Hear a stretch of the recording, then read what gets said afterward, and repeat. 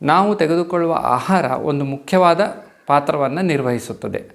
ಇದನ್ನು ನಾವು ನೋಡಬೇಕಂದ್ರೆ vegetarian diet ಇರಬಹುದು ಅಥವಾ ನಾನ್ ವೆಜಿಟೇರಿಯನ್ ಡಯಟ್ ಇರಬಹುದು. ಇವುಗಳನ್ನು ನಾವು ಅಂಶವಾಗಿ ತಿಳಿದುಕೊಳ್ಳೋಣ. ವೆಜಿಟೇರಿಯನ್ ಡಯಟಲ್ಲಿ ಬರುವಂತಹ ಹೋಲ್ ಗ್ರೈನ್ಸ್ ಅಂದರೆ ಬ್ರೌನ್ ರೈಸ್ ಇರಬಹುದು, ಬಾರ್ಲಿ ಇರಬಹುದು, ಗೋಧಿ ಇರಬಹುದು. ಇವುಗಳಲ್ಲಿ ಕೊಲೆಸ್ಟ್ರಾಲ್ನ ಅಂಶ ಕಡಿಮೆ ಇರುತ್ತದೆ. ಹಾಗೆಯೇ ವೆಜಿಟಬಲ್ಸ್, ತರಕಾರಿ, ಸೊಪ್ಪು ಇವುಗಳಲ್ಲಿ ಕೊಲೆಸ್ಟ್ರಾಲಿನ ಅಂಶ ಕಡಿಮೆ ಇರುತ್ತದೆ. ಫ್ರೂಟ್ಸ್ ಅಂದರೆ ಸಿಟ್ರಸ್ ಫ್ರೂಟ್ಸ್ ಇರಬಹುದು, ಆ್ಯಪಲ್ ಇರಬಹುದು. ಇವುಗಳು ಕೊಲೆಸ್ಟ್ರಾಲಿನ ಅಂಶವನ್ನು ಕಡಿಮೆ ಮಾಡಲಿಕ್ಕೆ ಉತ್ತಮ ಸಹಾಯ ಮಾಡುತ್ತವೆ. ಹಾಗೆಯೇ ನಾನ್ ವೆಜಿಟೇರಿಯನ್ ಡಯಟಿಗೆ ಬಂದರೆ ನಾವು ಈ ರೆಡ್ ಮೀಟ್ ಅಂದರೆ ಮೇಯ್ನ್ಲಿ ಬೀಫ್ ಇರಬಹುದು ಅಥವಾ ಕುರಿಯ ಮಾಂಸ ಇರಬಹುದು. ಇವುಗಳಿಂದ ಕೊಲೆಸ್ಟ್ರಾಲಿನ ಅಂಶ ಜಾಸ್ತಿ ಆಗುವ ಪ್ರಮಾಣ ಜಾಸ್ತಿ ಇರುತ್ತದೆ. ನಾನ್ ರೆಡ್ ಮೀಟ್ ಅಂದರೆ ಈ ಕೋಳಿಯಿಂದ ಬರುವಂತಹ ಮಾಂಸ, ಇದರಲ್ಲಿ ನಾವು ಕೊಲೆಸ್ಟ್ರಾಲಿನ ಅಂಶ ಕಡಿಮೆ ಇರುತ್ತದೆ. ಹಾಗೆಯೇ ಮೀನು ಅತಿ ಮುಖ್ಯವಾದ ಅಂಶ. ಇದರಲ್ಲಿ ಒಂದು ಅನ್ಸ್ಯಾಚುರೇಟೆಡ್ ಫ್ಯಾಟಿ ಆ್ಯಸಿಡ್ಸ್ ಹಾಗೂ ಒಮೆಗಾ ಫ್ಯಾಟಿ ಆ್ಯಸಿಡ್ಸ್ ಎನ್ನುವ ಅಂಶಗಳು ಜಾಸ್ತಿ ಇದ್ದು ಕೊಲೆಸ್ಟ್ರಾಲಿನ ಅಂಶವನ್ನು ಕಡಿಮೆ ಮಾಡಲಿಕ್ಕೆ ಇದು ತುಂಬ ಸಹಾಯ ಮಾಡುತ್ತದೆ. ಎಸ್ಪೆಷಲಿ ಸಾಲ್ಮನ್ ಫಿಶ್ ಇರಬಹುದು ಅಥವಾ ಬೇರೆ ಯಾವುದೇ ಫಿಶ್ ಇರಬಹುದು. ಇವುಗಳಲ್ಲಿ ಒಮೆಗಾ 3 ಫ್ಯಾಟಿ ಆ್ಯಸಿಡ್ಸ್ ಜಾಸ್ತಿ ಇದ್ದಷ್ಟು ಕೊಲೆಸ್ಟ್ರಾಲಿನ ಅಂಶವನ್ನು ಕಡಿಮೆ ಮಾಡಲಿಕ್ಕೆ ಇದು ತುಂಬ ಸಹಾಯ ಮಾಡುತ್ತದೆ. ಇನ್ನೊಂದು ಬಹುಮುಖ್ಯವಾದ ಅಂಶ ಎಂದರೆ ಸ್ಯಾಚುರೇಟೆಡ್ ಹಾಗೂ ಅನ್ಸ್ಯಾಚುರೇಟೆಡ್ ಫ್ಯಾಟಿ ಆ್ಯಸಿಡ್ಸ್ ಅನ್ನುವಂಥದ್ದು.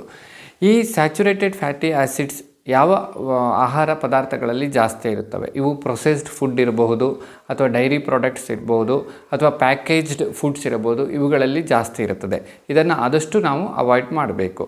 ಅನ್ಸ್ಯಾಚುರೇಟೆಡ್ ಫ್ಯಾಟಿ ಆ್ಯಸಿಡ್ಸು ಅಂದರೆ ಇವು ಹೃದಯಕ್ಕೆ ಹಾಗೂ ಕೊಲೆಸ್ಟ್ರಾಲಿನ ಅಂಶವನ್ನು ಕಡಿಮೆ ಮಾಡಲಿಕ್ಕೆ ತುಂಬ ಸಹಾಯವನ್ನು ಮಾಡ್ತವೆ. ಇವು ಜಾಸ್ತಿ ಇರುವಂಥದ್ದು ವೆಜಿಟಬಲ್ ಆಯಿಲ್ಸಲ್ಲಿ ಇರುತ್ತೆ. ಎಸ್ಪೆಷಲಿ ಸನ್ಫ್ಲವರ್ ಇರ್ಬೋದು, ಸಫೋಲಾ ಇರ್ಬೋದು.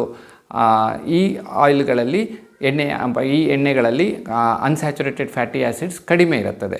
ಸ್ಯಾಚುರೇಟೆಡ್ ಫ್ಯಾಟಿ ಆ್ಯಸಿಡ್ ಜಾಸ್ತಿ ಇರುವಂತಹ ಒಂದು ಎಣ್ಣೆ ಅಂದರೆ ಕೊಕೊನಟ್ ಆಯಿಲು. ಇದನ್ನು ನಾವು ಆದಷ್ಟು ಕಡಿಮೆ ಉಪಯೋಗಿಸಬೇಕು.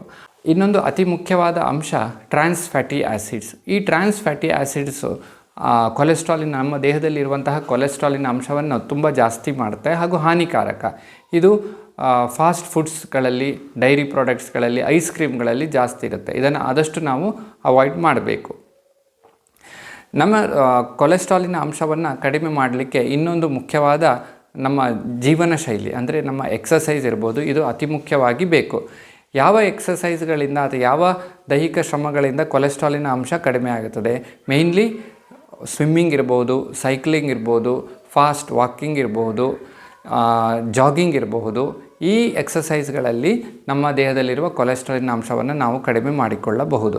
ಹಾಗೆ ಲೈಟ್ ವೆಯ್ಟ್ ಎಕ್ಸಸೈಸಸ್ಸು ಅಂದರೆ ಡಂಬೆಲ್ಗಳನ್ನು, ಅತಿ ಕಡಿಮೆ ತೂಕದ ಡಂಬೆಲ್ಗಳು, ಒಂದು 5 kg ಇರಬಹುದು. ಇವುಗಳಲ್ಲಿ ಮಾಡುವಂತಹ ಎಕ್ಸಸೈಸ್ಗಳಲ್ಲೂ ನಮಗೆ ಕೊಲೆಸ್ಟ್ರಾಲಿನ ಅಂಶವನ್ನು ಕಡಿಮೆ ಮಾಡಲಿಕ್ಕೆ ಸಾಧ್ಯ. ಎಕ್ಸಸೈಸು ನಿಯಮಿತವಾಗಿ ಮಾಡಬೇಕು. ವಾರದಲ್ಲಿ ಮಿನಿಮಮ್ 5 ದಿವಸಗಳನ್ನಾದರೂ ನಾವು ಎಕ್ಸಸೈಸ್ ಮಾಡಬೇಕು ಹಾಗೂ 45 ನಿಮಿಷದಿಂದ 1 ಗಂಟೆಯವರೆಗೂ ನಾವು ಎಕ್ಸಸೈಸನ್ನು ಮಾಡಬೇಕು. ಆಗ ಮಾತ್ರ ಅದು ನಮಗೆ ಸಹಾಯವನ್ನು ಮಾಡ್ತದೆ. ಕೊಲೆಸ್ಟ್ರಾಲಿನ್ ಯಾಕೆ ಕಡಿಮೆ ಮಾಡಿಕೊಳ್ಳಬೇಕು ಎಂದು ನಾವು ತಿಳಿದುಕೊಳ್ಳಬೇಕು. ಕೊಲೆಸ್ಟ್ರಾಲಿಂದ ದೇಹದ ರಕ್ತನಾಳಗಳಲ್ಲಿ ಕೊಲೆಸ್ಟ್ರಾಲಿನ ಅಂಶ ಜಾಸ್ತಿಯಾಗಿ ಒಳಪದರವು ಕೊಲೆಸ್ಟ್ರಾಲಿನಿಂದ ವೀಕ್ ಆದಾಗ ನಮಗೆ ಹೃದಯಾಘಾತ ಆಗ್ತದೆ. ಇದೇ ರೀತಿ ಬ್ರೈನಿಗೆ ಸಂಬಂಧಪಟ್ಟ ಸ್ಟ್ರೋಕ್ ಸಹಿತ ಆಗುವ ಸಾಧ್ಯತೆಗಳಿರ್ತವೆ. ಹಾಗೆಯೇ ಬೇರೆ ಬೇರೆ ರಕ್ತನಾಳಗಳಲ್ಲಿ, ಇಂಟೆಸ್ಟೈನ್ಗಳಿಗೆ ಸಂಬಂಧಪಟ್ಟ ರಕ್ತನಾಳಗಳಲ್ಲಿ ಅಥವಾ ಕಿಡ್ನಿಗೆ ಸಂಬಂಧಪಟ್ಟ ರಕ್ತನಾಳಗಳಲ್ಲಿ ಅಥವಾ ಕಾಲಿನ ರಕ್ತನಾಳಗಳಲ್ಲಿ ಬ್ಲಾಕುಗಳು ಉಂಟಾದಾಗ ಆಯಾ ಅಂಗಗಳಿಗೆ ಸಂಬಂಧಪಟ್ಟ ಸಮಸ್ಯೆಗಳು ಉತ್ಪತ್ತಿಯಾಗುತ್ತವೆ. ಹಾಗಾಗಿ ನಾವು ಕೊಲೆಸ್ಟ್ರಾಲನ್ನು ತೀವ್ರವಾಗಿ ಕಂಟ್ರೋಲ್ ಮಾಡಬೇಕು. ಇದನ್ನು ನಾವು ಎಷ್ಟು ಹತೋಟಿಯಲ್ಲಿ ಇಟ್ಟುಕೊಂಡಿರುತ್ತೇವೋ ಅಷ್ಟು ಆರೋಗ್ಯ ನಮ್ಮದಾಗಿರುತ್ತದೆ. Thank you very much.